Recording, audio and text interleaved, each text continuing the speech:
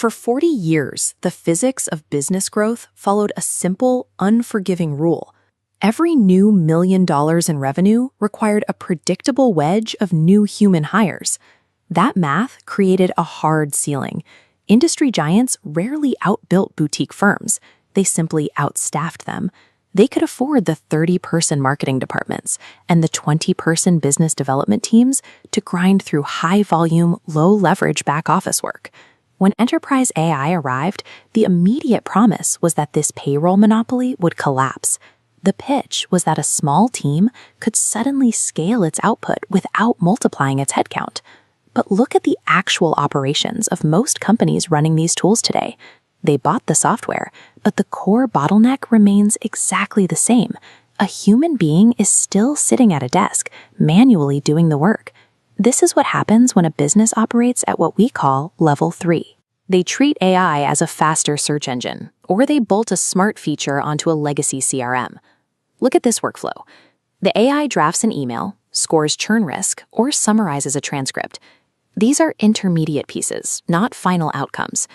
The operator pays a heavy integration tax, reading, editing, and stitching disconnected pieces together to push the deal forward. The company pays for these tools by the token or the seat, but the operator is still trapped on the assembly line, manually nudging the actual performance metrics week by week. Level 4 moves the focus to an autonomous, outcome-driven workforce that runs the business motion directly. A true workforce cannot run on scattered file folders. It requires an active memory architecture. In milliseconds, an agent can pull a clause from a signed contract, cross-reference a customer's voice from a past call, and verify a visual detail from a Zoom recording. By indexing every interaction with complete context, the business can answer complex operational questions in real time, pulling precise answers without waiting for a human to search a drive or schedule a meeting. Handing over execution to an automated system naturally raises a massive red flag for executives. The worst failure mode for an AI agent is fluent confidence, producing a completely fabricated number or citation that looks perfectly competent. The defense against this is the receipts test. This is a strict engineering requirement where an agent is hard-coded to refuse to invent answers when the underlying data is missing. A standard agent fills in the blanks with guesses. An honest agent hits a gap, explicitly states data is missing, and surfaces the actual invoice. Conversational fluency looks great in a demo, but structural honesty, the absolute refusal to fabricate, is the only foundation that makes an operator feel safe letting the system talk to a customer. There is a lingering myth that you can buy a single, omnipotent super agent that will magically run your entire company out of the box. That agent does not exist. Real execution relies on orchestration. It involves deploying small, tightly scoped agents that handle specific, narrow roles, researching, drafting, reviewing, and hand off tasks to one another, exactly like a human team. Those agents need to know the rules. That configuration is done by a local human advisor, an agency owner or consultant who already knows your specific pricing models, your customer base, and your operational quirks. They put their brand on the install. Reaching level 4 means you aren't renting a generic capability from a software vendor.